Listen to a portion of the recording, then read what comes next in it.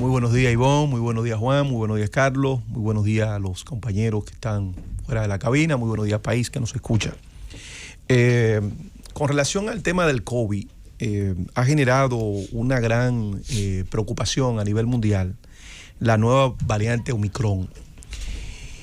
Y nosotros la relacionamos, esta nueva variante, y nos preocupamos bastante porque nosotros compartimos una frontera con un país que, a partir de la información que vemos en los medios y las informaciones que manejamos, es un país que no ha tenido, vamos a decir, una política clara con relación al tema de la administración de la vacuna COVID. Cuando nosotros vemos la cepa, la nueva variante del COVID, Omicron, que se origina, o por lo menos esa es la información que hay, de que se origina en África, tenemos que pensar por qué en África. Bueno, porque en África solamente el 10% de su población, un continente que compone muchos países, solamente el 10% de su población al menos ha recibido una dosis de la vacuna.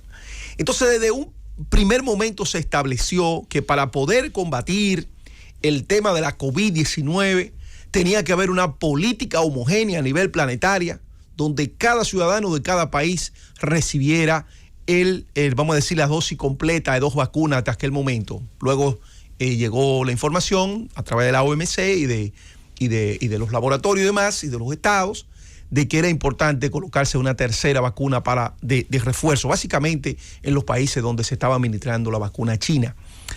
Entonces, ¿qué pasa? Desde un principio se ha dicho, los científicos, las personas acreditadas en el tema epidemiológico, que la vacuna se combate, que el virus se combate, desde un enfoque, vamos a decir, global. No es posible que Estados Unidos, los países de Europa o Canadá, traten de vacunar, inocular a toda su población, ignorando América Latina, ignorando Asia, ignorando África. ¿Por qué? Porque el mundo está totalmente interconectado. ¿Cómo nos llega a nosotros el tema del virus del COVID? Bueno, recordemos que hace más o menos 2 años llega a través de un italiano que visita la República Dominicana a través del aeropuerto de Punta Cana. Esto fue noticia y esto comenzó a propagarse a nivel de toda la población, a nivel del país. Entonces, ¿qué nos plantea a nosotros el tema de la COVID? Nos plantea que si no existe la diplomacia de la solidaridad, si no existe una distribución equitativa del tema de la vacuna, entonces esta pandemia no va a tener fin. Y no va a tener fin porque está demostrado que los virus mutan de una manera radical, de una manera veloz. Entonces, hoy África, que la separa a Europa de una franja llamada Melilla, hoy África es una amenaza para Europa y para el mundo. ¿Por qué?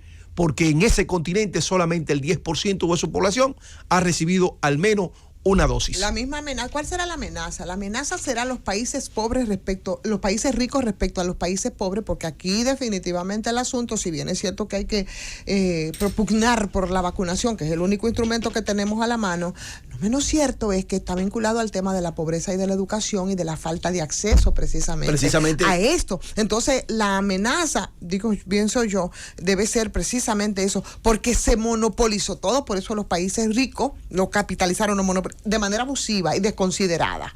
La verdad es esa. Claro. Entonces, claro. Esos países pobres, por supuesto, ¿cuál es la amenaza? La amenaza es la anguria, la amenaza es precisamente cómo se manejaron en términos de desigualdad, que no hubo forma de que se expresara de mejor manera con el tema de la COVID, como tú dices, que precisamente el acaparamiento de las vacunas desde los países pobres. Entonces, Ivonne, por eso estoy planteando que nosotros como Estado, como instituciones, como gobierno, tenemos que estar muy, muy ojo a visor. ¿Por qué?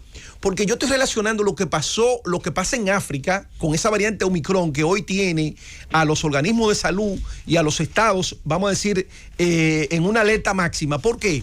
Porque está demostrado que ese virus de la COVID muta de una manera radical y probablemente cada mutación es mucho más letal para la vida humana. Sin embargo, los médicos precisamente de allá, es el dato nada más que te paso para que lo incorpores a tu comentario.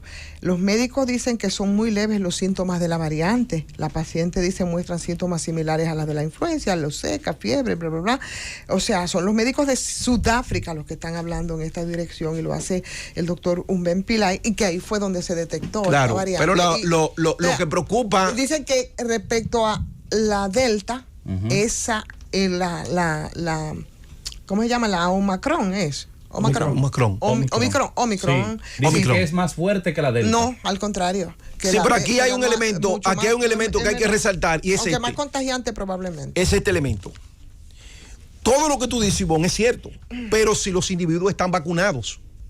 Porque el tema de los virus es que si encuentra un caldo de cultivo en una población donde el virus va transitando, como por ejemplo África, entonces ese virus se va poniendo mucho más resistente a la vacuna. Entonces, el llamado que hacemos es que yo estoy comparando una población africana a una población haitiana, y no lo hago desde el punto de vista de su relación histórica que tienen, sino desde el punto de vista de que hay poblaciones andantes en dicho país que no ha recibido ni una vacuna, ni dos vacunas, ni el refuerzo. Entonces, la gran preocupación es que en Haití se pueda generar un virus que ande mutando, se transforme y que nosotros podamos tener en suelo caribeño una variante tan fuerte como Omicron o quizá más, y que no hayan en la República Dominicana. En ese caso, ¿qué hacemos?